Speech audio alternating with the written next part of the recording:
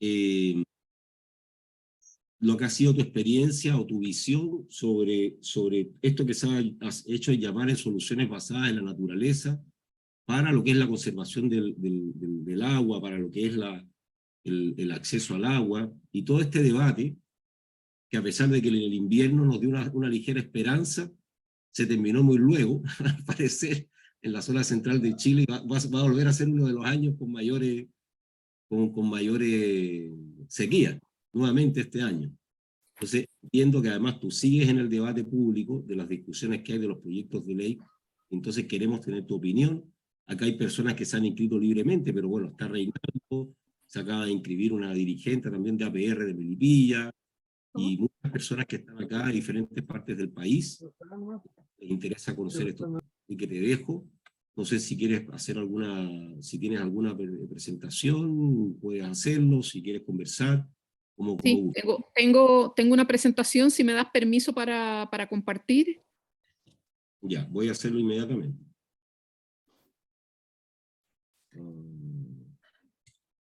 Oye, a la lista, mientras se prepara Sara Larraín, yo a la lista que le diste tú del rol del Sara en esto, el nuevo código es ahí tuvo una participación muy incidente, creo yo. Así que hoy día podemos decir que tenemos un código nuevo, que se nos quedó chico, parece, pero es un tremendo avance. Es un tremendo avance y no logramos, como tú comprenderás, incidir sobre la propiedad de los recursos ya establecidos, de los derechos de agua, porque están protegidos constitucionalmente con el 19, número 24, inciso final de la Constitución del 80, por lo tanto íbamos a Tribunal Constitucional. Pero el resto yo diría que hay un tremendo avance y tenemos claridad de que los nuevos derechos son concesiones y por lo tanto queda ya establecido que son bienes públicos, como dice el Código Civil, y que no son apropiables. Y bueno, después va a haber que hacer algún tipo de cirugía, dado que no logramos avanzar en el proceso constituyente, que lo que más se requería para el caso del agua era justamente el tema de establecerla como un bien público inapropiable. Y bueno, y tú ves que en las mismas discusiones hoy en el Congreso la coalición de oposición está planteando dentro de los bordes de que el agua no sea un bien público. Entonces claramente es un eje muy claro, pero bueno, ahí podemos verlo en la discusión final, digamos, ahora de esta jornada. Voy a compartir pantalla.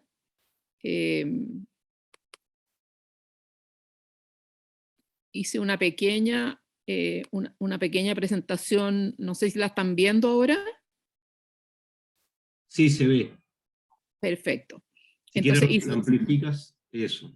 Hice igual una pequeña, hice una pequeña presentación para ordenarnos, pero la verdad es que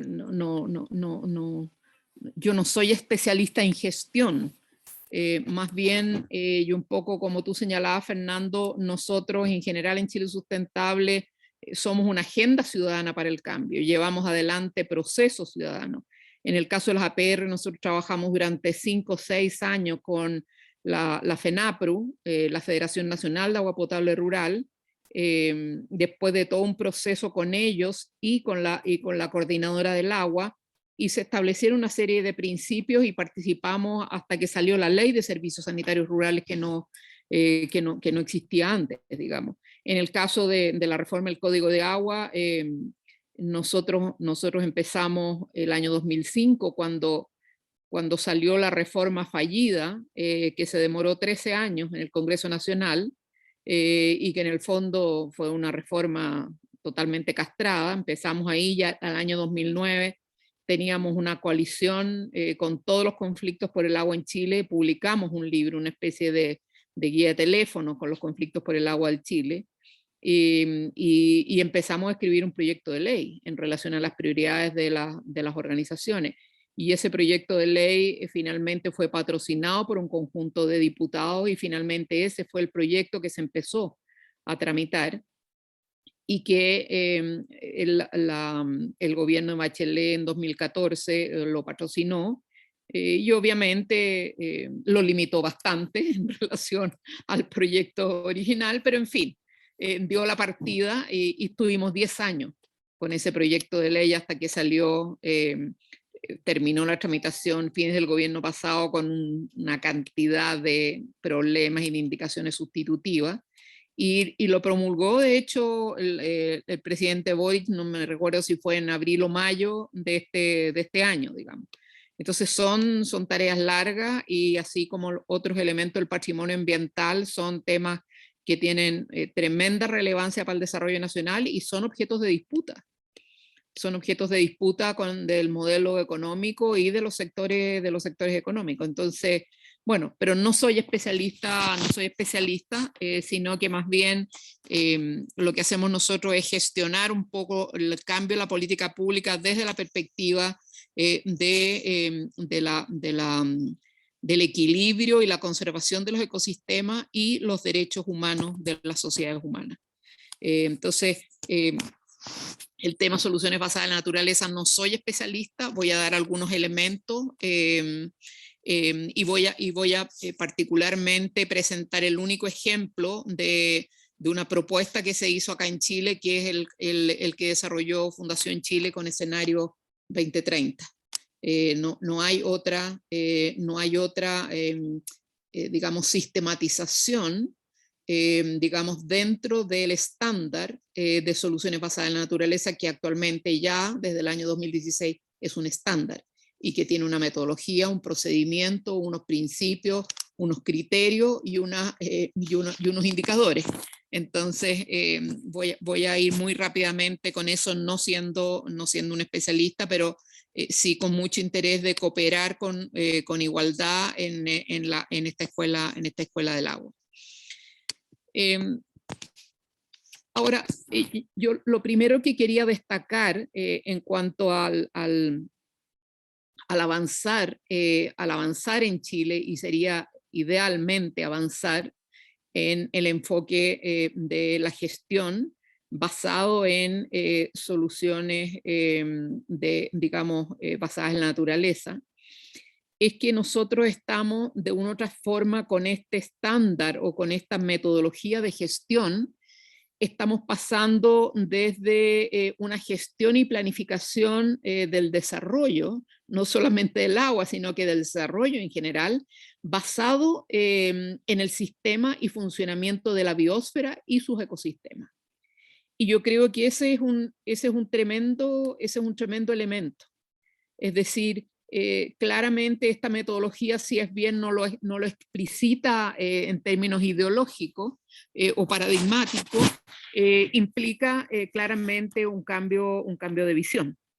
Ya no se gestiona el agua, o no se gestiona el patrimonio ambiental o el territorio, no se gestiona desde una perspectiva de uso de un conjunto de recursos naturales o de una materialidad que sostiene el patrimonio ambiental de un país, sino que desde la perspectiva de una gestión del sistema.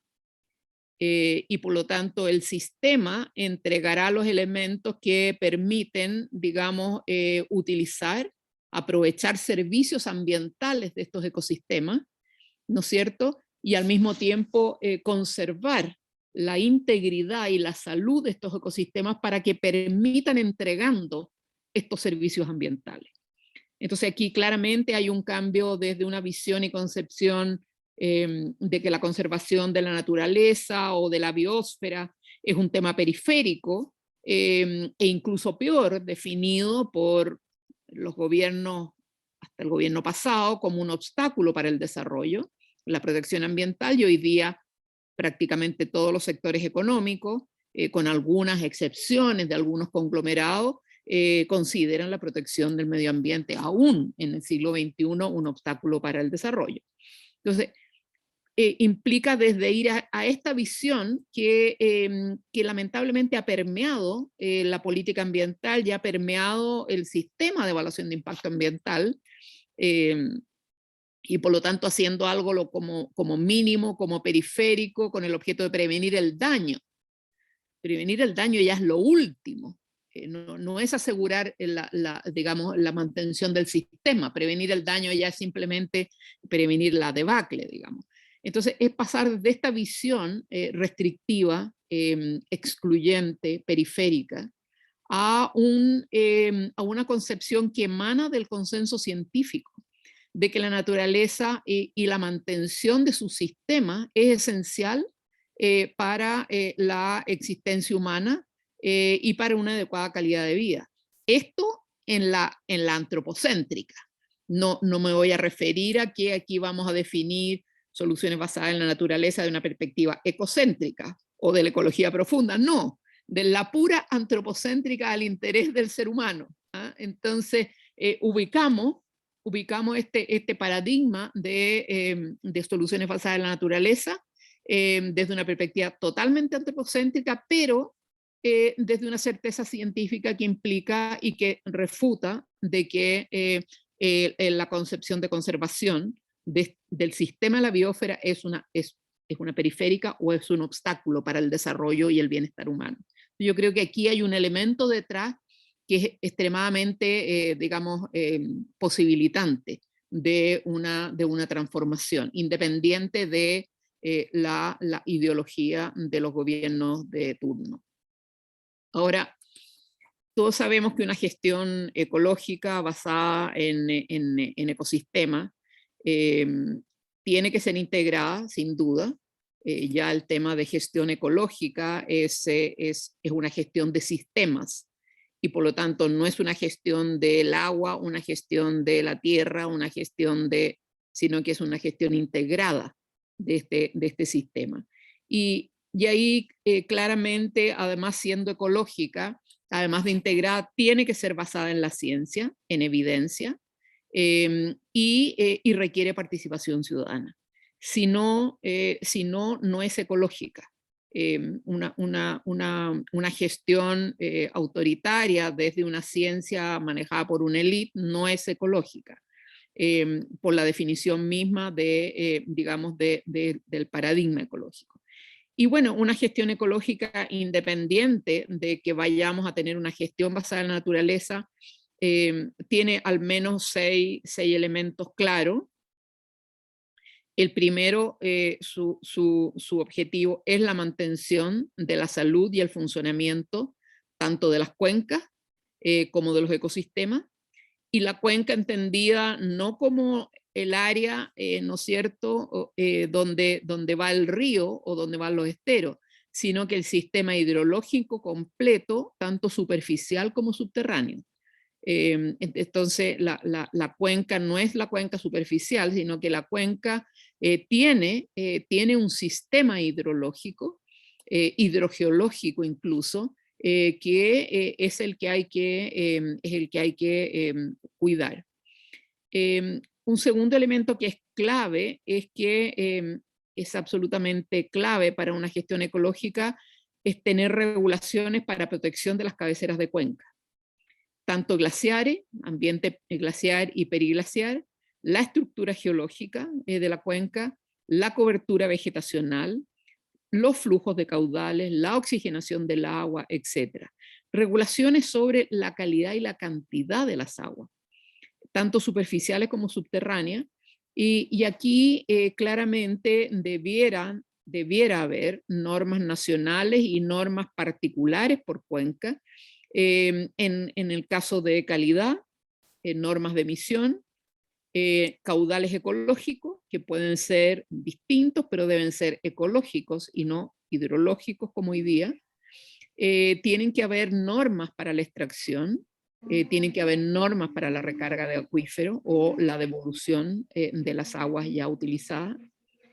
Un elemento relevante es regulación sobre la conservación, uso y gestión de las especies de flora y fauna y los ecosistemas de la cuenca. Tanto tiene que haber un monitoreo, una protección de especies, planes de manejo, tiene que haber regulaciones sobre el uso de la cuenca, de las aguas y de los ecosistemas asociados, En Chile, la única regulación del uso de la cuenca que tenemos es el Código de Agua, que es un uso de extractivo, punto. No hay absolutamente nada más. Y extractivo tanto del agua como de los áridos, y por lo tanto no hay ninguna concepción vinculada a los ecosistemas asociados o la cuenca como un sistema. Y finalmente, la gestión ecológica implica una gestión integrada y por lo tanto planes de ordenamiento territorial que incluyen ordenamiento de cuenca con participación democrática para la gestión de esta cuenca y de los ecosistemas. Esto es como el cuadro general.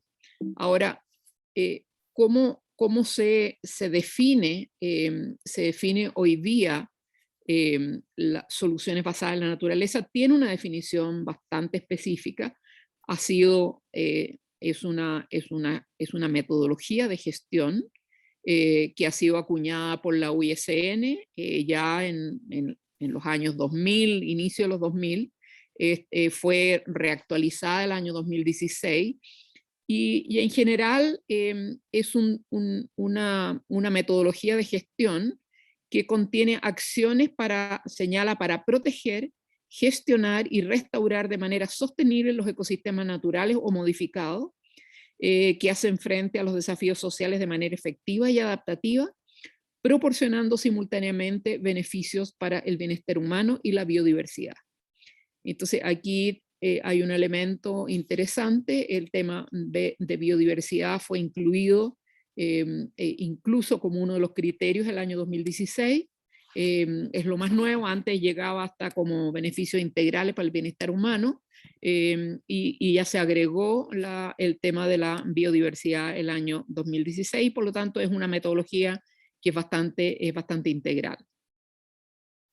Incluye las soluciones basadas en la naturaleza, temas de restauración, muy fuertemente, dado que es una metodología de soluciones frente a problemas, y actúa en un marco de resolver un problema, una crisis, un ambiente degradado, una cuenca degradada o un bosque degradado, etc.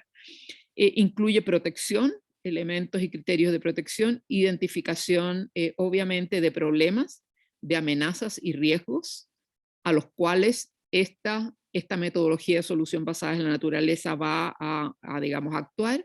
Incluye una evaluación de la infraestructura, tanto la infraestructura, digamos, verde o natural, como la infraestructura construida, y obviamente la gestión. Este es un monito que ustedes pueden ver en los documentos de la UISN, donde vamos a ver los criterios ahora, están los criterios y se supone que cuáles serían los objetivos o los beneficios abajo, que estarían todos estos circulitos, donde el último, este tema de la biodiversidad, está agregado el año, está la seguridad hídrica, la salud humana, etcétera, está agregado en las últimas definiciones de la UISN. Entonces, los fundamentos que tiene y que es bastante interesante porque es como, yo diría, es casi como coterráneo con la Cumbre de la Tierra en Río de Janeiro, donde se firmó la Convención de Biodiversidad y la Convención de Cambio Climático. Esta metodología ya se estaba elaborando en esta época, y después obviamente se desarrolló a través de una serie de, como conclusión de una serie de prácticas de conservación llevadas adelante por UISN, y en los años 90 ya se empezó a formular, el año 2000 ya habían unos primeros forradores, después algunos gobiernos, principalmente Costa Rica, Ecuador y algunos otros, empezaron ya con ciertas experiencias, y los cuatro fundamentos principales es restauración de paisajes forestales, es donde hay mayor experiencia y donde se fundamentó esta metodología en los aprendizajes de la restauración de los paisajes forestales, las lecciones de la metodología convencional de gestión integrada de recursos hídricos, que es algo que viene desde los 70 ya en la política internacional, ambiental e hidrológica internacional. La adaptación y mitigación basada en ecosistemas, que tuvo mayor discusión en la elaboración de tanto la Convención de Cambio Climático como la Convención de Biodiversidad, y la reducción de desastres basadas en los ecosistemas, que es algo que se incorporó más fuertemente después de la Convención de Cambio Climático, y particularmente basada en los problemas de adaptación al cambio climático. Entonces, estos son los fundamentos para esta metodología. Si quieren me van interrumpiendo, no tengo ningún problema, Fernando, pero si no, continúo. La metodología de soluciones basadas en la naturaleza se desarrolló como un estándar de gestión, nosotros llamamos socioambiental, en la medida en que contiene elementos de gestión ambiental y una gobernanza ciudadana. Tiene 8 criterios que no vamos a ir a los 28 indicadores, yo les puedo dar una bibliografía, pero los 8 criterios son interesantes en la medida en que se identifica no solamente el problema ambiental, porque esta es una solución basada en la naturaleza frente a un problema, sino que también al mismo tiempo identifica el cambio social al que se podría dar respuesta a través de soluciones basadas en la naturaleza. Incluye un diseño adaptado a la dimensión del problema. Debe incluir una ganancia neta en biodiversidad. Este es el elemento. No soy estudiante. No me molesta. Disculpa, Sara. No, ningún problema. Incluye en tercer lugar un elemento, un criterio de que tiene que haber ganancia neta en biodiversidad. Este es el último criterio que se incorporó, como se señalaba, el año 2016. Tiene que tener viabilidad económica, debe tener una gobernanza inclusiva en la metodología de este estándar, debe haber un equilibrio entre las prestaciones y las no prestaciones, las compensaciones, debe considerar una gestión eminentemente adaptativa, particularmente en el contexto climático, y tiene que permitir una generalización, un aumento de escala y una sostenibilidad. Estos son los criterios de este estándar de soluciones basadas en la naturaleza. Ahora, en general, los objetivos de esta metodología está diseñada para prevención de riesgos de desastres naturales, seguridad alimentaria, desarrollo económico, salud humana, seguridad hídrica y degradación ambiental y pérdida de biodiversidad. Es decir, en general no está adaptado este estándar para otro tipo de problemática. Y si ustedes se fijan, aquí claramente están los elementos de la famosa definición de sustentabilidad con el tema del desarrollo económico, la salud humana y la prevención de la degradación ambiental. Es decir, vamos notando que hay un paradigma que ha ido evolucionando, pero quedan lenguajes bastante antiguos también. Y yo creo que soluciones basadas en la naturaleza tiene que ir ayornándose porque hay algunos elementos que son un poquito, digamos, de la década de los 90. Pero en fin, es bastante adelantado para lo que son las metodologías ambientales hoy día. En el caso de los ejemplos, hay en Chile el único ejemplo que se ha desarrollado sistemáticamente con equipos académicos, con metodología y con propuestas y con aterrizaje en algunos territorios, es lo que ha desarrollado Fundación Chile, con algunos institutos académicos vinculados al índice de seguridad hídrica. Es decir, ha abordado uno de los seis objetivos o de los 6 casos a los cuales esta metodología está adaptada o es recomendada.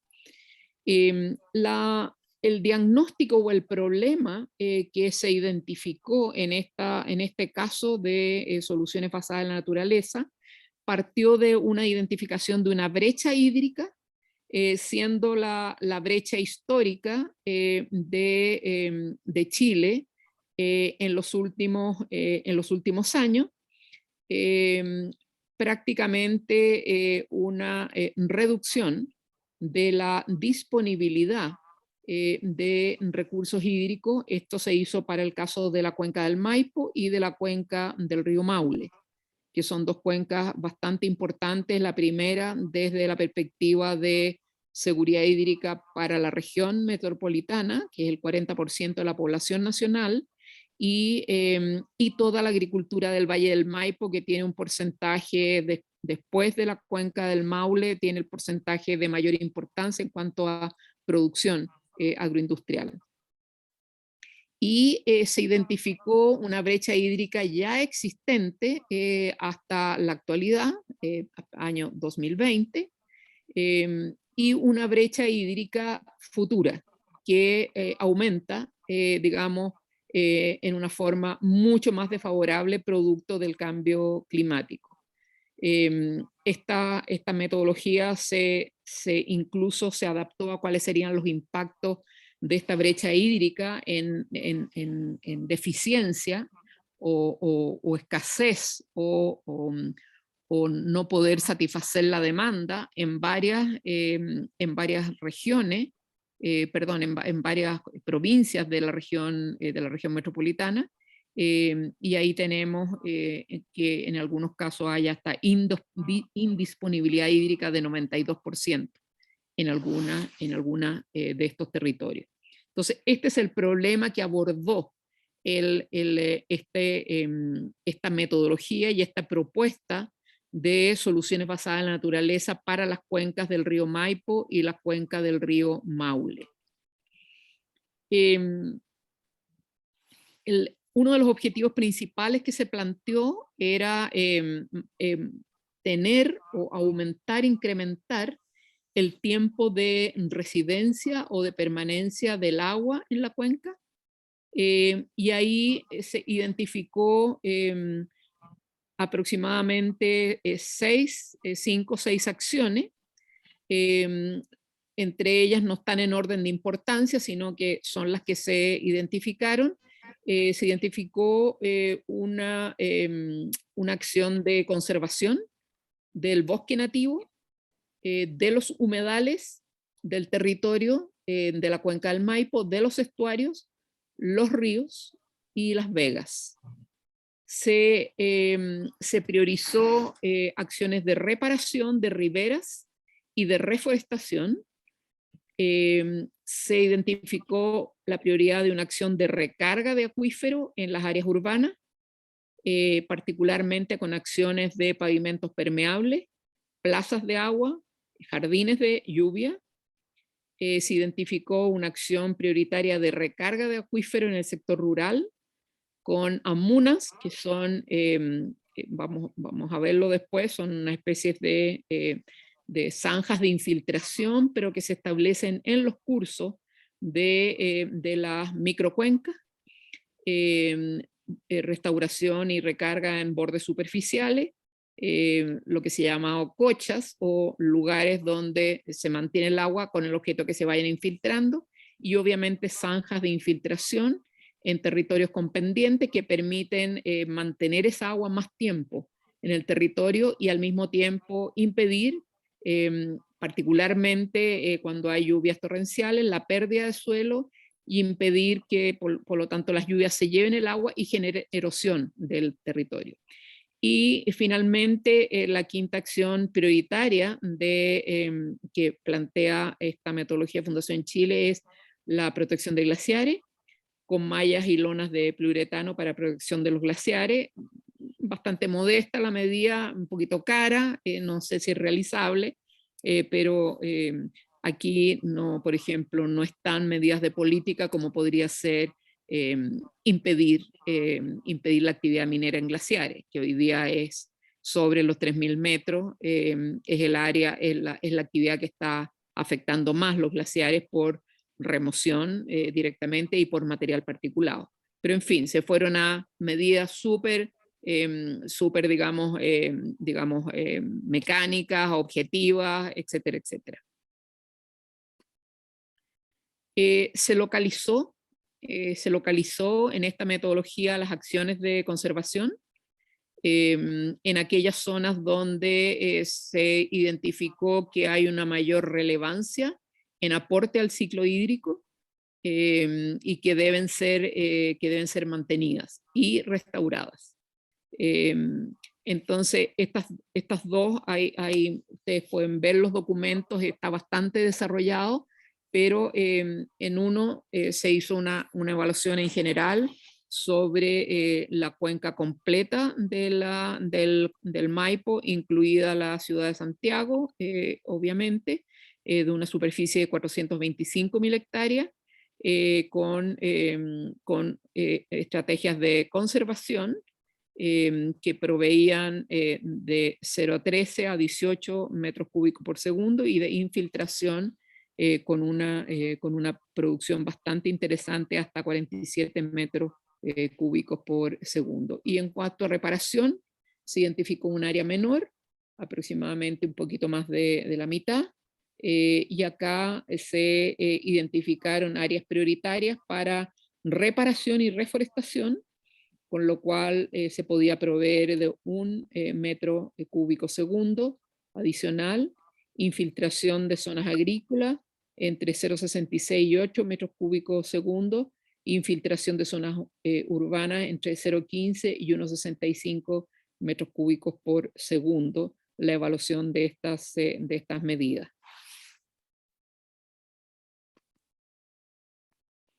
El conjunto de medidas, finalmente en la metodología que ellos identificaron, en 3 líneas, son acciones de conservación, que son las que yo mostré, principalmente conservación y restauración. Aproximadamente un 18% de las acciones tenía que ver con unas 21 tipos de acción, tenían que ver con labores de conservación, un 73% de las acciones tenían que ver con eficiencia y uso estratégico de los recursos hídricos con 30 acciones, y un 9% con migración e incorporación de nuevas fuentes de agua con 10 acciones. Este conjunto de medidas, que son 61 medidas, podría aportar 52,44 metros cúbicos segundo de agua a la subcuenca al mes de marzo, según los distintos ejercicios bastante complejos que se hicieron para la cuenca del río Maipo. Las medidas prioritarias están acá. Las verdes tienen que ver con conservación y restauración, las naranjas tienen que ver con eficiencia, y las moradas tienen que ver con nuevas fuentes. Si ustedes se fijan en la barra del lado está el costo unitario, el costo de cada una de las medidas, y como ustedes se fijan, las medidas de conservación, que son conservación de vegas, conservación de bosques en las cabeceras de cuenca, conservación de bosque esclerófilo en general, bordes superficiales para disminuir la escorrentía, zanjas de infiltración para recolección y almacenamiento de aguas lluvia, sistemas tradicionales para recarga superficial de acuífero, mulch para retener la humedad en el suelo, para paisajes xerofíticos, principalmente laderas norte, cambio de vegetación nativa de menor requerimiento hídrico en áreas verdes urbanas. Prácticamente todas esas medidas, si ustedes se fijan, son las primeras en la implementación, son las que tienen menores costos. A continuación están las medidas de eficiencia, donde la más relevante es el riego subterráneo en la agricultura, y después el microriego localizado por goteo, microaspersión, etcétera, etcétera. Y así van subiendo de costo estas medidas de eficiencia, y las más costosas son aquellas vinculadas digamos, a lo que se ha llamado la industria de agregar nuevas aguas o aguas tratadas, donde las medidas más baratas es el sistema de tratamiento de lodo activado para aguas residuales tratadas. Esa es la que está ahí en el número 12, la pequeñita. Después la segunda medida es el reuso de aguas residuales urbanas en emisarios submarinos, y la más cara, la 25, la última, la desalación mediante osmosis inversa. Es decir, si ustedes se fijan acá, lo que ha estado planteando la autoridad en general en el gobierno pasado, la política que salió, pero no solamente en el gobierno pasado, sino que también en el antepasado, es decir, gobiernos más progresistas y gobiernos más conservadores, en general han tendido a plantear desalación, carreteras hídricas, etcétera, etcétera, que ni siquiera son viables económicamente. O sea, aquí carretera hídrica ni siquiera alcanza a salir porque simplemente es absolutamente impagable y los costos son a largo plazo y los beneficios son a muy largo plazo. Entonces, aquí nos ordena en términos también económicos y de plazo, cuáles son los elementos más relevantes, y donde vemos que dentro de soluciones basadas en la naturaleza, donde también está la eficiencia del uso del recurso, vamos a ver que claramente las de conservación y restauración son las que son más de corto plazo y son también las más económicas y que generan mayores beneficios. El valor económico de los ecosistemas hídricos y de los servicios ecosistémicos del agua en la cuenca del río Maipo, la relación costo-beneficio de este proyecto de 61 medidas, tomando el conjunto de las soluciones de 3,89, que es un indicador más o menos interesante, teniendo casi 4 veces más beneficios que sus costos, con un aporte potencial volumétrico de servicios ecosistémicos de 1.640 miles de millones de metros cúbicos, equivalente a 47% de la demanda hídrica anual estimada para la cuenca. 75% de estas medidas pueden ser implementadas en el cortísimo plazo. 92% de las medidas tienen beneficios ambientales, además de los beneficios sociales de que aumenta o puede servir al 47%, puede asegurar o proveer seguridad hídrica al 47% de la demanda hídrica de la cuenca, y el 69% de ellas tiene beneficios sociales. Esto es más o menos lo que se ha hecho en Chile en cuanto a la metodología. Yo diría es el ejercicio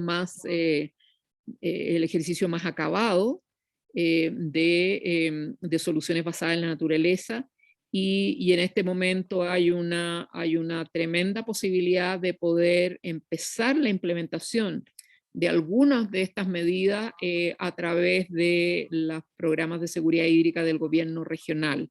Creo que esta simplemente es el ejercicio más completo, más serio, más fundamentado y con mayor seriedad de evaluación económica, socioeconómica, que ha tenido esta metodología en el caso de Chile. Muchas gracias. Muchas gracias, Sara. Creo que ha sido una muy buena presentación en la línea un poco de las discusiones, de los enfoques más abiertos y también relacionados con política pública y con un ejemplo además de la región metropolitana. Yo conocía algunas, bueno, los estudios que viene haciendo el escenario hídrico, que eran como más de proyección, en diferentes cuencas, esta idea de proyectar al 2030, que yo creo que ya como que se hizo, ya no parece tan el futuro, digamos, estamos ahí, y algo que están intentando hacer al 2050. No había visto en detalle estas proposiciones, que entiendo que ellos han definido en algunos casos hojas de ruta y todo. Yo voy a Así aprovechar es. el pánico, como se dice, para empezar yo a hacer una pregunta, y después... Yo creo que sería súper interesante que invitaran al equipo de la Ulrike, en el sentido de que pueda específicamente ver dónde se han desarrollado, no ahora, pero dónde han desarrollado estas metodologías, por ejemplo, zanja de infiltración, AMUNAS, etcétera, y donde hay una evaluación económica de lo que cuesta el metro cuadrado de hacer zanja de infiltración y qué cantidad se captura. Es decir, estamos ya generando números para este tipo de iniciativas. Por otro lado, en las políticas de restauración de suelo, CONAF ha hecho lo propio, pero con un enfoque de restauración de suelo. Hoy día CONAF está haciendo con un enfoque de cosecha de aguas, y que por lo tanto las aguas puedan, que llaman oasificación, una tecnología que se ha utilizado en Australia y en Israel. Es una forma de intervenir el suelo superficial con el objeto de que este suelo pueda mantener más tiempo la humedad, y ya están valoradas económicamente el metro cuadrado, cuánto se demora, cuánto cuesta, y por lo tanto son elementos que perfectamente son elementos dispersos, que hoy día se podrían integrar en esta metodología de soluciones basadas en la naturaleza, generar efectos sinérgicos de protección de suelo y obviamente de seguridad hídrica, y obviamente hacer mejor uso de los recursos públicos y privados. Claro, bueno, en esa línea yo alguna vez leí un dato que planteaba el hecho de que un 10% de reforestación, creo que en algunos de los estudios también de escenarios hídricos, que un 10% de reforestación en algunas cuencas, en el caso de Chile, en la zona central, podría significar una recuperación de 14% de agua, que hoy día no está. Así es. Es una cifra muy alentadora. Además, yo diría incluso que aparentemente contrasentido. ¿Cómo invierto menos y la naturaleza es tan generosa que devuelve más en términos proporcionales, solamente reforestando las cuencas, o las cabeceras de cuenca, etc.? Yo quería ir a una pregunta más bien a propósito de lo que conoces tú y lo que ha hecho Chile Sustentable en materia de la restauración, o sea, si sabemos o existe algún tipo de mapa a propósito de los lugares que habría que restaurar, ¿no? O al menos cuáles serían las prioridades, según tú, que habría que empezar a restaurar, porque en realidad el nivel de intervención y de daño a los ecosistemas y a las cuencas es de tal magnitud que uno tendría que decir, bueno, ¿por dónde empezamos? ¿No? Si tuviésemos que invertir los recursos públicos para eso en una primera instancia. Y una segunda pregunta, y discúlpenme que me estoy aprovechando acá, tiene que ver con el tema de la conflictividad, ¿no? Más social y política, de también ponerlo en esa clave, porque tengo la percepción que las opciones que se han buscado con el tema de la desalación del agua de mar tiene que ver con no tratar de pisarle los callos a nadie, ¿no? Sino que más bien ingresar más bien agua al sistema, ¿no? O sea, estamos con el cupo del cambio climático, que es real, estamos con todos los problemas que hay, sería hacer más la sobreproducción del agua, etcétera, todo lo que sabemos. Entonces ingresemos más bien agua al sistema y así nos evitamos tener que entrar, digamos, a conflictuarnos con algunos actores por las modificaciones que requeriría este tipo de soluciones. Son dos preguntas aparte, pero te las quería plantear para continuar después con la conversación. Mira, no hay dónde perderse en cuanto a la restauración.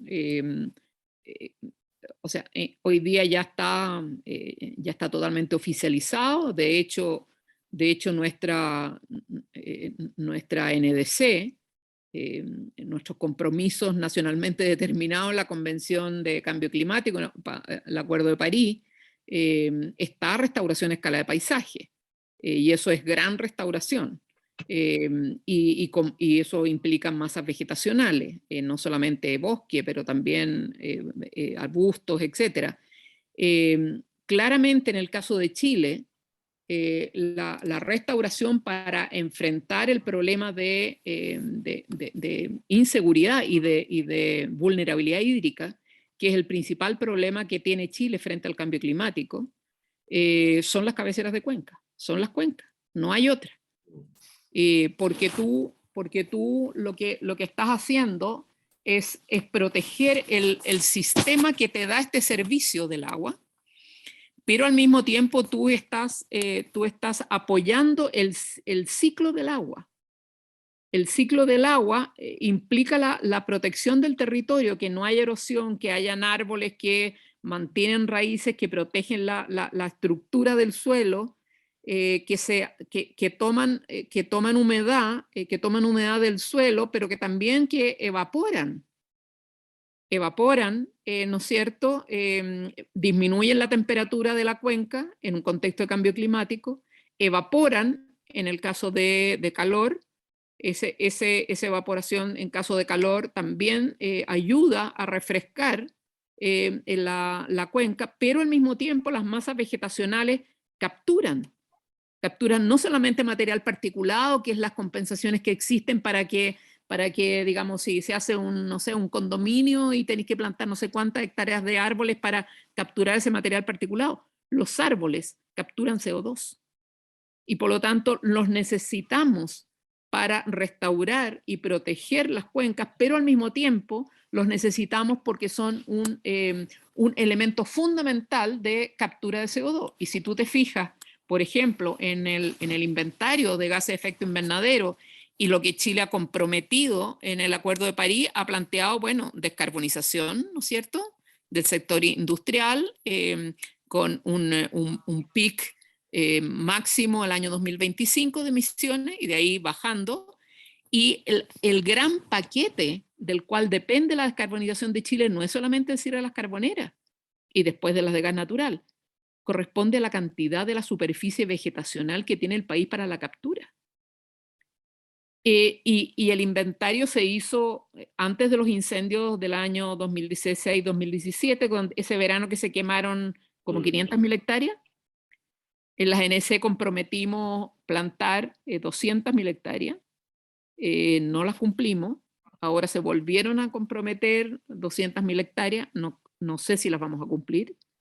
Entonces, las políticas más o menos están planteadas y escritas en una cierta lógica que tienen lógica, pero el problema es que no las cumplimos.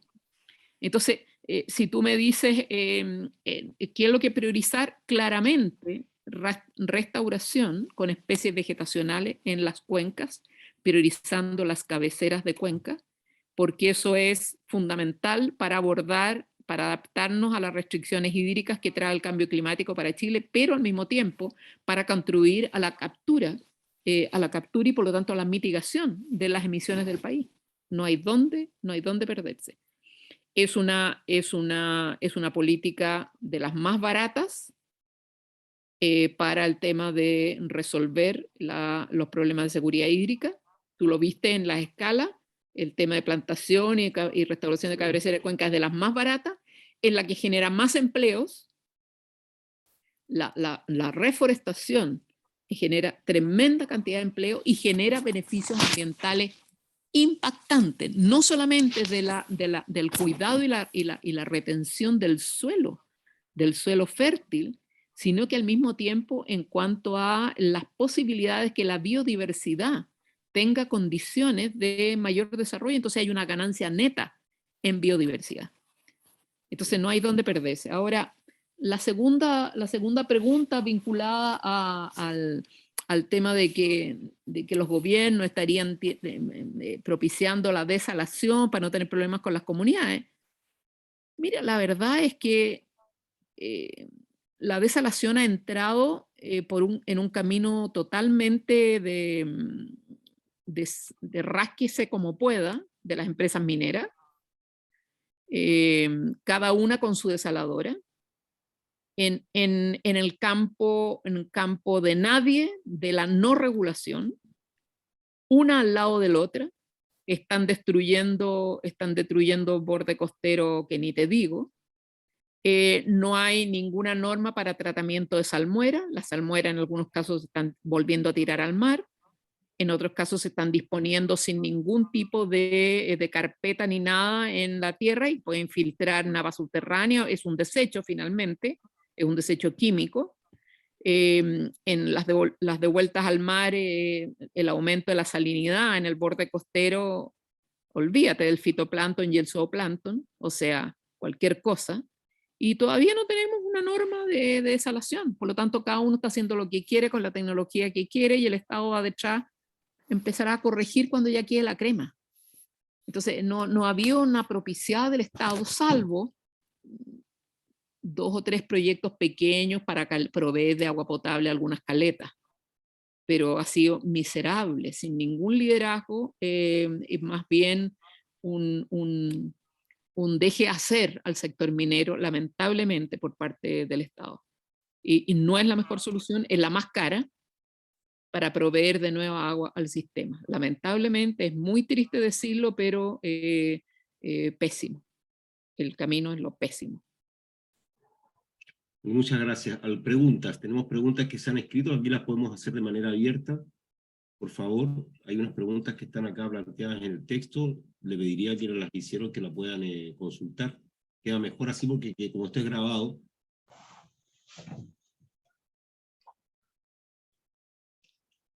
Reinaldo. Gracias. Sí, yo hice un par de preguntas ahí. Sara, estoy totalmente de acuerdo contigo que hoy día las carreteras hídricas y que son con consecuencias para distintas cuencas, o sea, por eso son trasvases de cuenca al final, están absolutamente desprestigiadas cada vez más en el mundo. Entonces yo creo que insistir en eso es absolutamente perjudicial. Pero yo quería advertir que hay 2 proyectos que fueron ingresados en la administración anterior de Piñera y fueron declarados de interés público. Eso significa que se pueden hacer como concesiones. Eso significa derechamente ponerle recursos públicos. Mi pregunta es si no deberíamos de una vez por todas revisar esa decisión del gobierno anterior.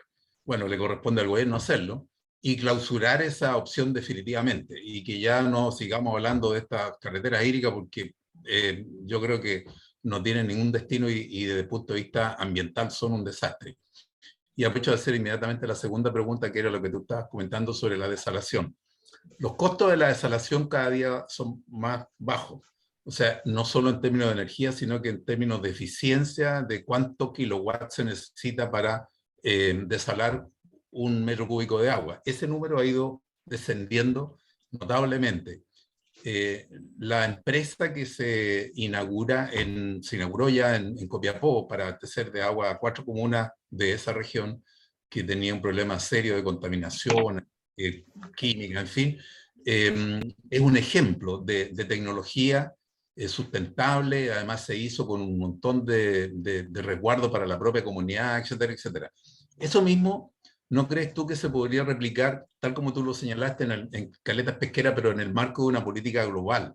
Y nosotros podríamos hacer ese tipo de inversiones, justamente asegurando efectos para la preservación de los ecosistemas, o sea, con ganancias netas, no solo para la comunidad, para satisfacer el derecho humano al agua, sino que también para asegurar agua para los ecosistemas. O sea, habría también una ganancia neta desde el punto de vista de la naturaleza. Pero estoy de acuerdo contigo que son esfuerzos muy aislados y yo creo que necesitamos una política más global. Y sobre todo porque ahora la desalación se piensa esencialmente como una cuestión industrial, o sea, para entregarle insumos a la industria. Y eso es lo que yo creo que habría que, no sé, el nuevo código nos puede ayudar en eso, porque claramente ahora se establece una prioridad Y por eso que comentábamos al principio que a pesar de que hoy día podemos pensar que nos queda estrecho, chico, en fin, había que hacer igual la reforma, pero bueno, eso tendrá que esperar. Pero es un tremendo avance respecto a lo que teníamos. Esas son mis dos preguntas que me gustaría escuchar tus comentarios sobre eso. Gracias. Sí, mira, la verdad que si el Estado establece una regulación con su guía orientadora específica, con las condiciones para las inversiones en desalación, podría ser, Reinaldo. Y particularmente yo creo que Chile tiene que responder para la necesidad del uso humano, sin duda. El problema es que no está ocurriendo así.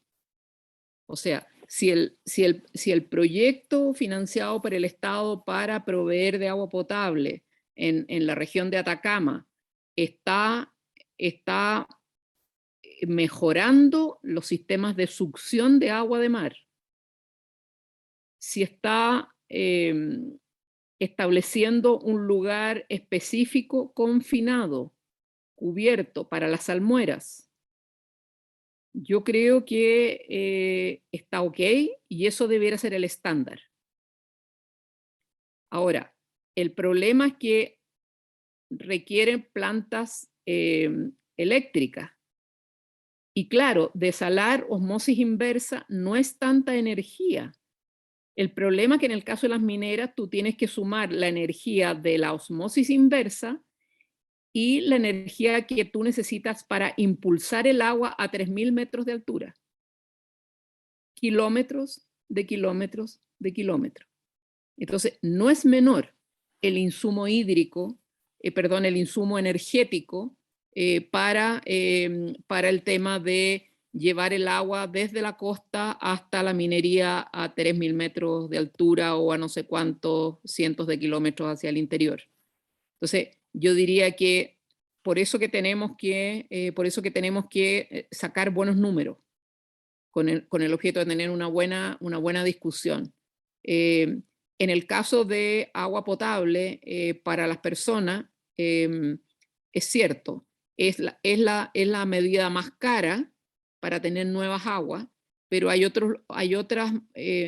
algunos lugares donde no se puede hacer las otras medidas y por lo tanto hay que recurrir a la desalación como última medida, como la más cara, ¿te fijas?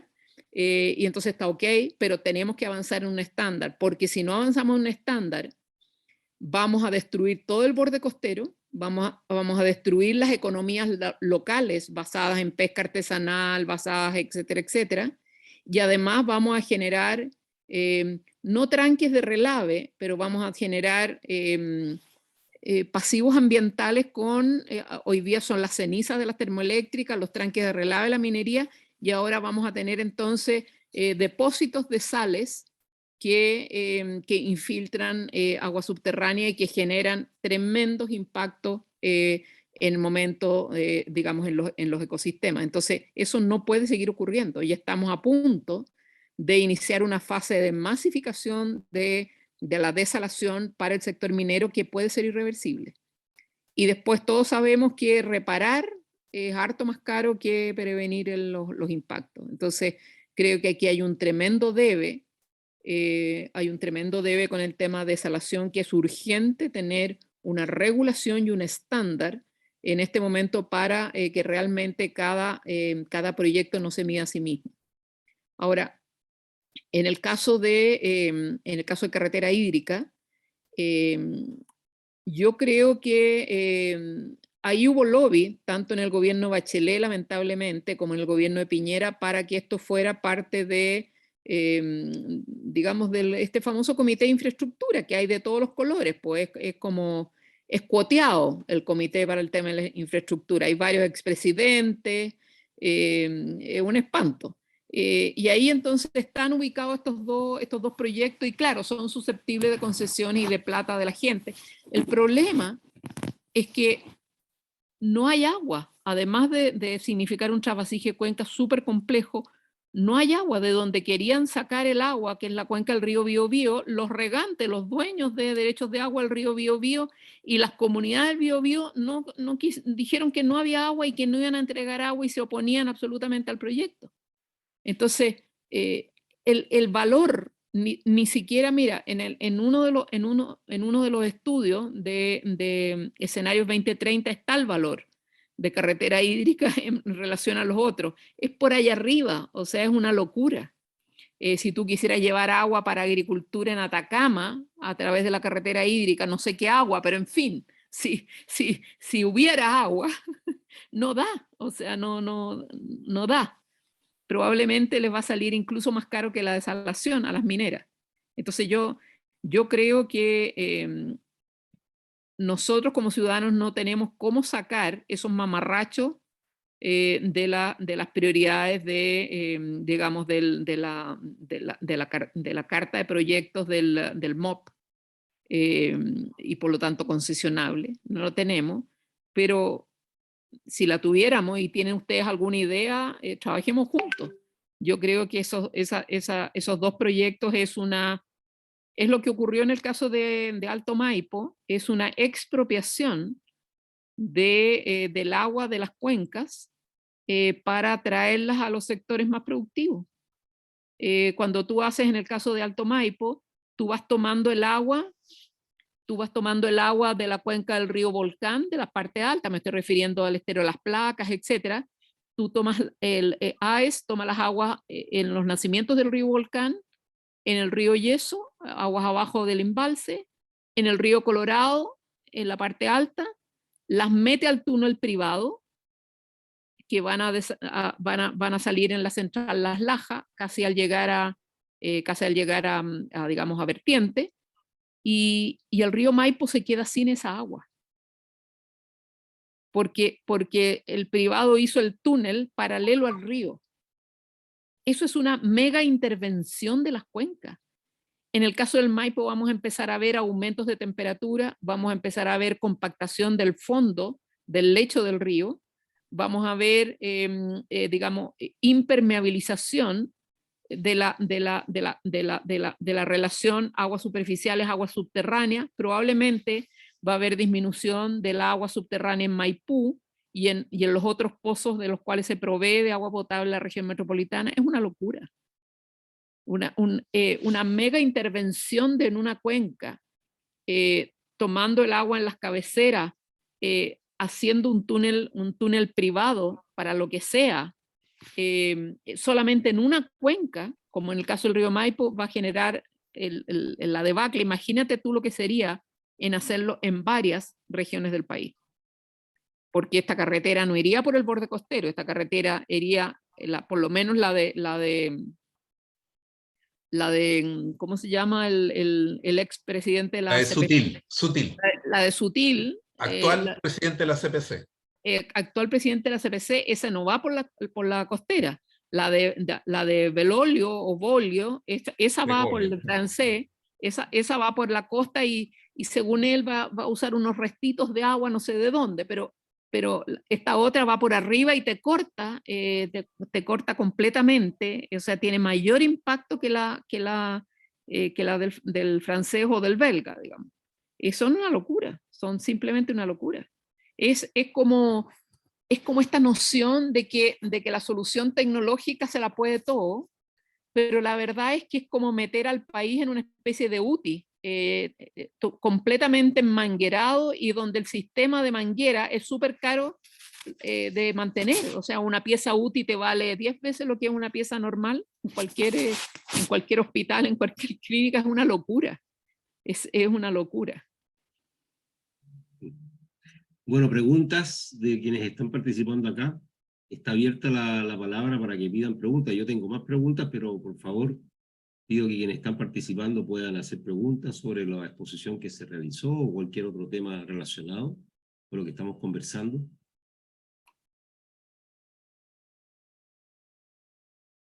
Por ahí. Hola, Carolina. Hola a todos, Fernando. Muchas gracias, Sara. Como siempre, uno aprende mucho. Mira, yo vivo en el campo, en Curacaví, soy presidenta de una PR, que estoy a punto ya de inaugurar una planta de osmosis inversa, porque la calidad del agua y las sales acá, especialmente el nitrato, ya no nos permite extraer agua directa así para el consumo humano. Pero a la vez también nosotros nos desarrollamos económicamente en base a la agricultura. Y justamente hay esa inquietud que siempre tienen mis vecinos respecto de el buen uso, la eficiencia hídrica en relación a el riego por goteo en chacarería, ¿no? En la agricultura tradicional, en relación al riego por inundación, por acequia. Y cuando te escucho plantear justamente que del beneficio, ¿no es cierto?, de la humidificación, de hacer, ¿no es cierto?, que la evaporación enfría la atmósfera, que apoya, ¿no es cierto?, los árboles. Entonces, ¿qué es mejor? ¿Qué es mejor? O sea, yo entiendo obviamente que el riego del goteo, la eficiencia, me permite ocupar menos cantidad y eso permite que otro vecino también ocupe caudal, ¿no es cierto? Un mismo sistema de riego me permite compartirlo con más agricultores. Pero, ¿y qué pasa con esta otra parte de incorporar también el agua al acuífero y de la relación con la atmósfera? Excelente pregunta, Carolina, te pasaste. Realmente esa es la pregunta del millón, porque en Chile, lamentablemente, si todos queremos regar, no se puede regar con riego tendido, lamentablemente. Probablemente es la forma más ecológica en el sentido de que se infiltran las aguas y por lo tanto las aguas vuelven en una cantidad suficiente para ir a retornar a las napas subterráneas y de ahí obviamente a los ríos subterráneos, etcétera, etcétera. Pero eso lamentablemente ya en Chile, por lo menos desde la región del Biobío hacia el norte, no es posible porque no hay agua para eso. Y por lo tanto vamos a tener que ir al goteo. Si queremos mantener la agricultura y queremos mantener la superficie regada, vamos a tener que ir todos al goteo. Ahora, el goteo tiene problemas. El goteo genera salinización y por lo tanto hay que hacer un manejo de la tierra para neutralizar un poco esa salubridad que se genera con el tema del riego por goteo en el largo plazo. Pero no hay otra, para el caso de Chile Central, desde Biobío hacia el norte, no hay mucha posibilidad de no ir al goteo, lamentablemente. Lo que nosotros hemos planteado, que debiéramos hacer el goteo, pero con otras tecnologías también. Por ejemplo, nosotros en invierno cuando llueve cada vez menos, pero nosotros podríamos tener mayor cantidad de zanjas de infiltración. Cosa de hacer el balance, porque la lluvia, claro, riega todo como si fuera un riego por inundación, ¿no es cierto?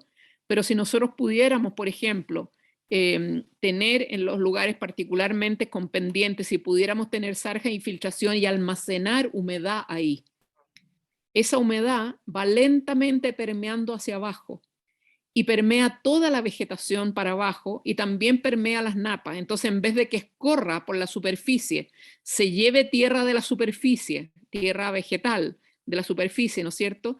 Y que prácticamente no penetra, porque va, sobre todo cuando hay lluvias torrenciales,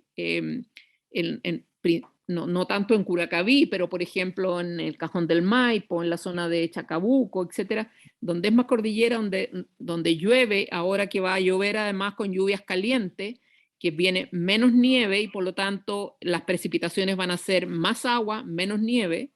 Entonces tenemos que tener estas otras tecnologías de infiltración de acuífero con el objeto que en los momentos donde no estamos regando, en los momentos donde hay lluvia, esa agua pueda infiltrarse a las napas subterráneas.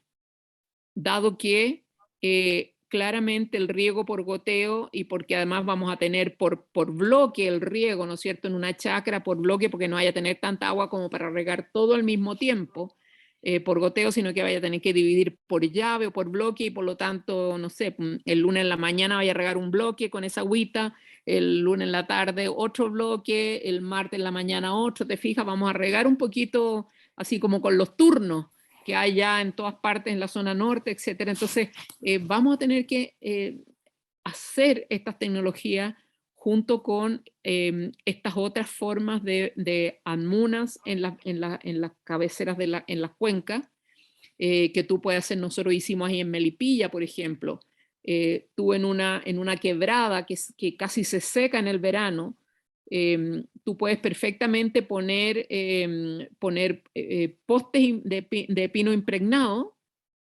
puedes poner saco con tierra o qué sé yo, y puedes hacer como pequeñas represitas en todo el estero que se seca, y ahí se va asentando el agua, se rebalsa y sigue pasando a la otra, y después como cascadita, y todo eso va infiltrando, te fijas, en la cuenca. Entonces vamos a tener que pensar en una forma de manejar el territorio donde logremos infiltrar al máximo, porque ya en el tema de las áreas de riego no vamos a poder infiltrar porque no hay agua para riego por inundación, lamentablemente.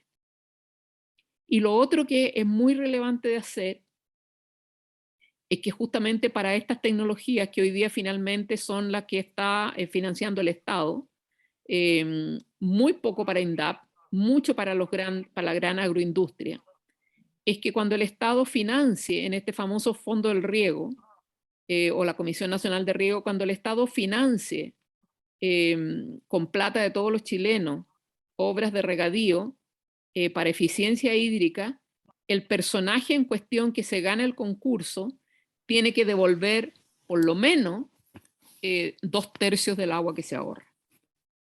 Porque si no va a pasar lo que ha ocurrido en el norte, que la familia Proens, la familia del senador, claro, tecnificó todo el riego de sus propiedades agrícolas, pero resulta que el agua que se ahorró se la vendió a las mineras.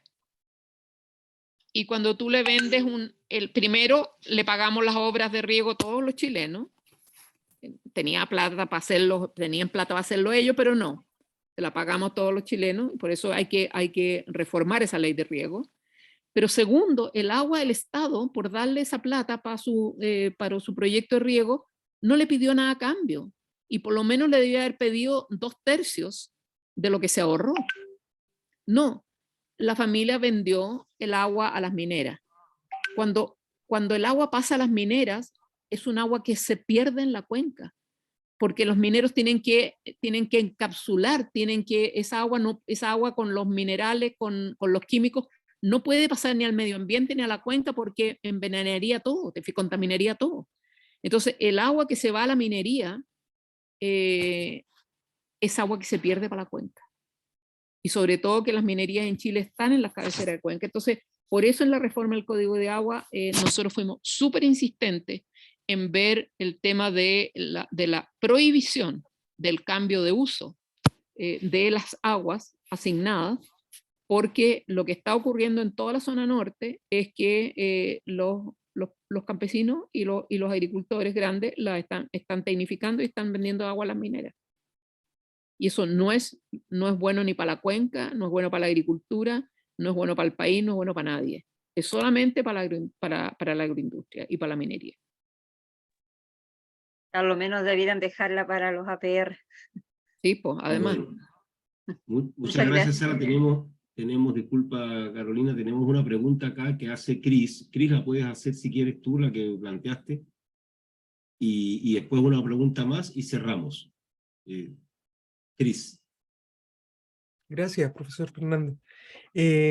Profesora, qué gusto la reflexión que ha llevado, básicamente porque también son espacios bien poco políticos, o por lo menos con pocos elementos analíticos, el tema del recurso hídrico, de lo que usted nos ha compartido hoy.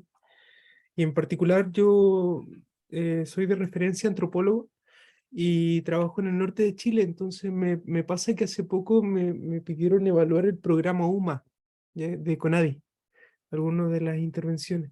Y se trata de tecnificar un poco los espacios regadíos en términos de territorios indígenas, y de algún modo se ha perdido la gobernanza del agua en términos de la gobernanza ancestrales.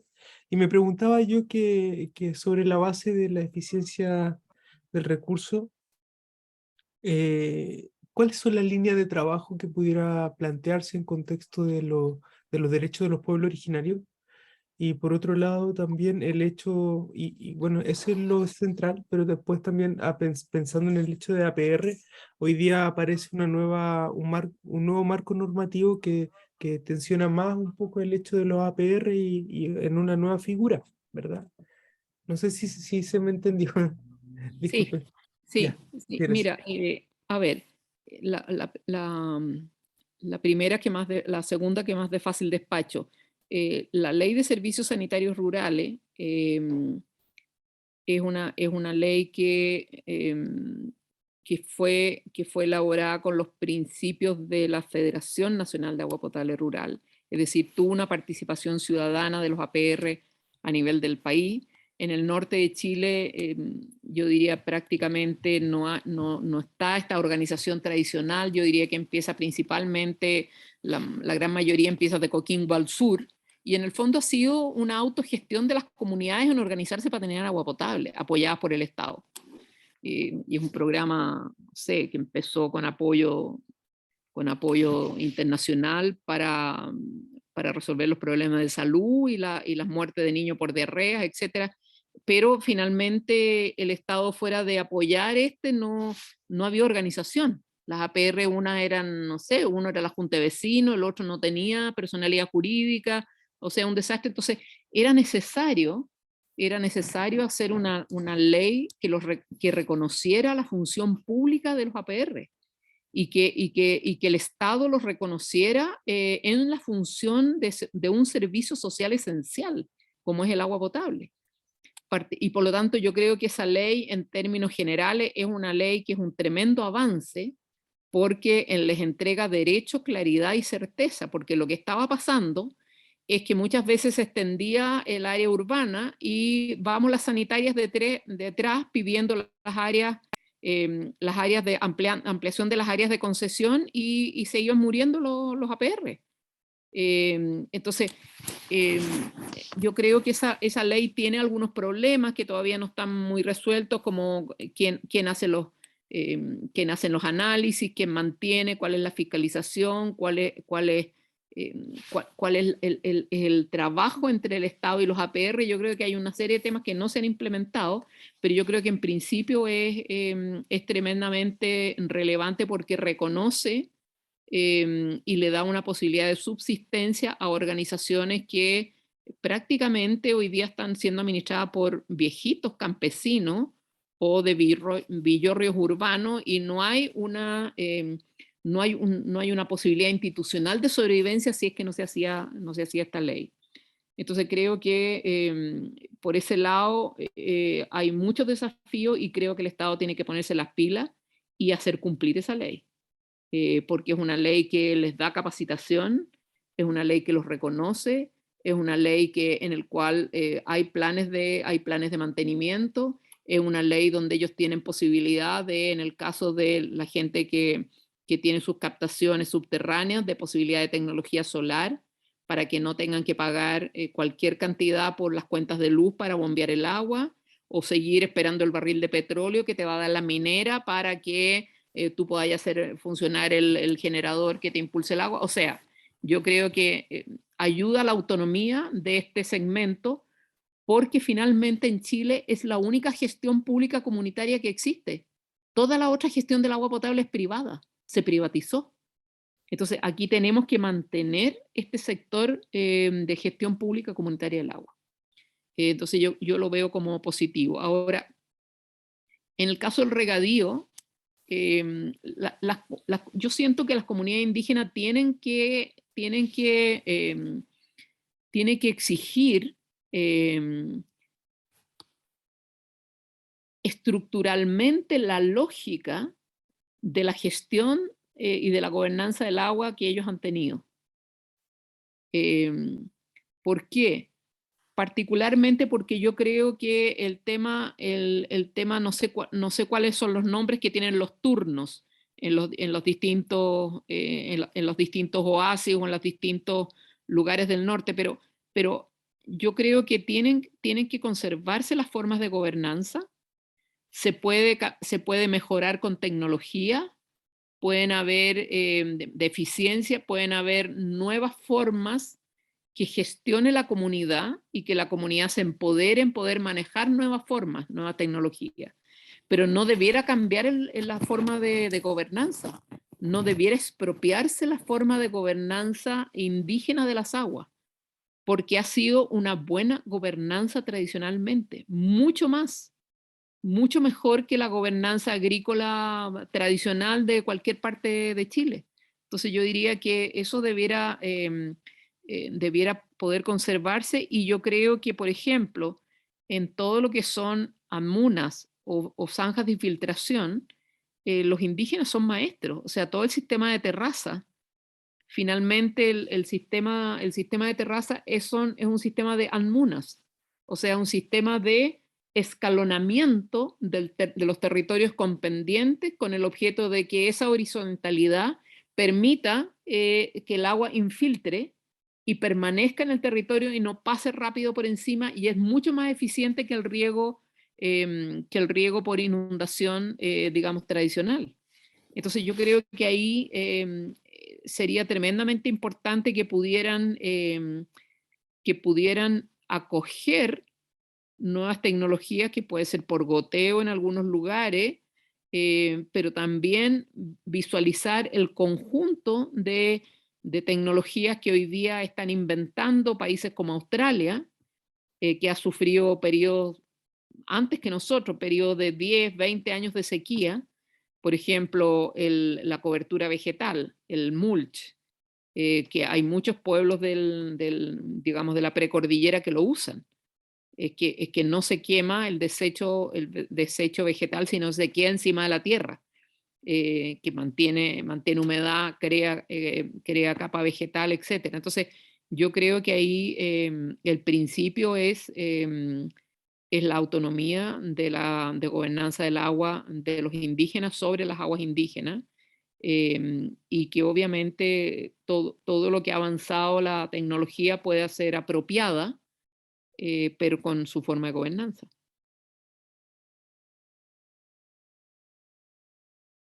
Muchas gracias, disculpen. Sara, Reinaldo, con esta pregunta vamos ya a ir cerrando nuestra excelente sesión. Oye, sí, yo también me sumo a las felicitaciones para Sara, realmente fue una excelente presentación, pero yo más que una pregunta quiero hacer un breve comentario y un llamado a atención más bien.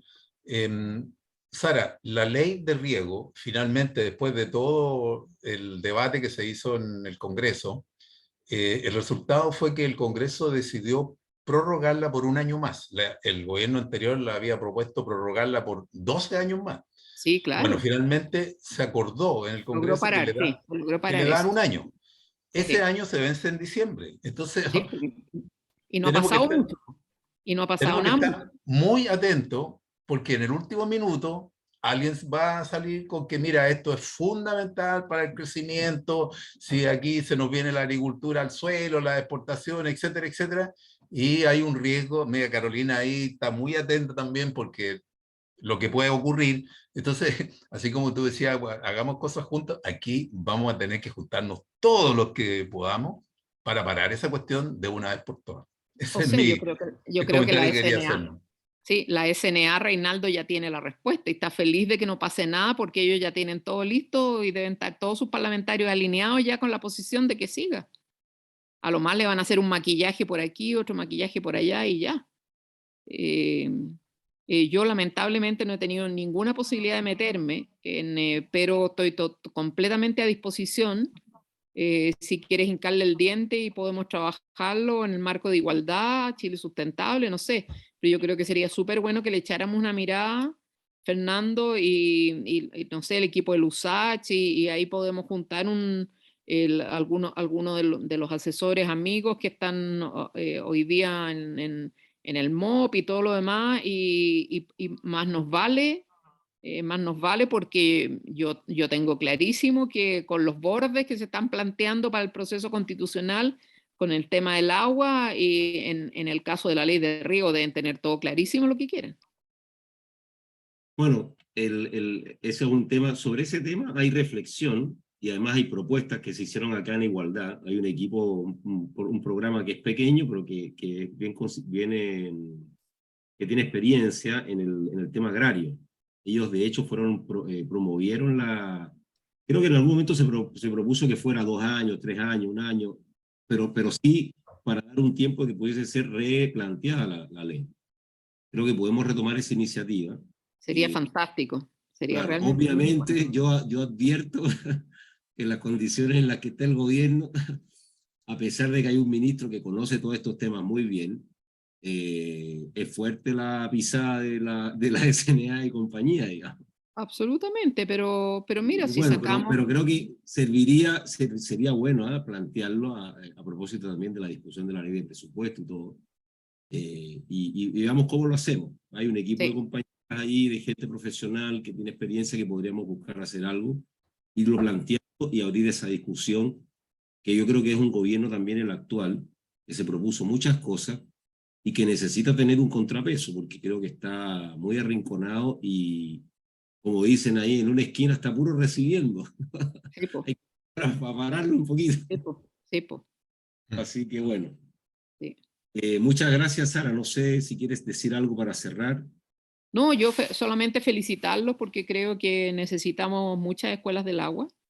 Nosotros logramos levantar un movimiento por el agua aproximadamente con una coalición de unos 12 años. Nosotros empezamos las escuelas del agua en todo el país el año 2005, en cada uno de los territorios, Calama, Copiapó, etcétera, etcétera. O sea, necesitamos seguir con las escuelas del agua porque acá, si no tenemos una ciudadanía, digamos, formada sobre lo que significa, aquí lamentablemente va a ser es y será el tema de mayor conflicto. Tú ves en el mismo proceso constitucional y ahora en los bordes, y bueno, y el código y la reforma del Código de Agua que nos demoramos 11 años, que logramos superar una indicación sustitutiva del gobierno de Piñera. Bueno, tú ves los problemas que tiene este caso, y además en el contexto del cambio climático que ustedes están viendo en este curso, es la principal vulnerabilidad de este país. Entonces, más nos vale continuar con el tema de las escuelas del agua y seguir con el tema de las políticas públicas y no dejársela al sector productivo, porque esos sectores siempre han trabajado para ellos nomás, pero no para el país. Bueno, muchas gracias, buenas tardes, muchas gracias, Sara Larraín, una excelente exposición el día de hoy. Muchas gracias a todos, a todas por su participación, y nos vemos el próximo miércoles en la siguiente escuela para seguir conociendo, aprendiendo y formando nuestra opinión sobre todos estos temas, el tema del agua, que es clave para el desarrollo de nuestro país, para la vida. Muchas gracias, hasta luego. Gracias. Chao. Hasta luego, muchas gracias. Chao. Mucho gusto. Saludos, Erika. Adiós.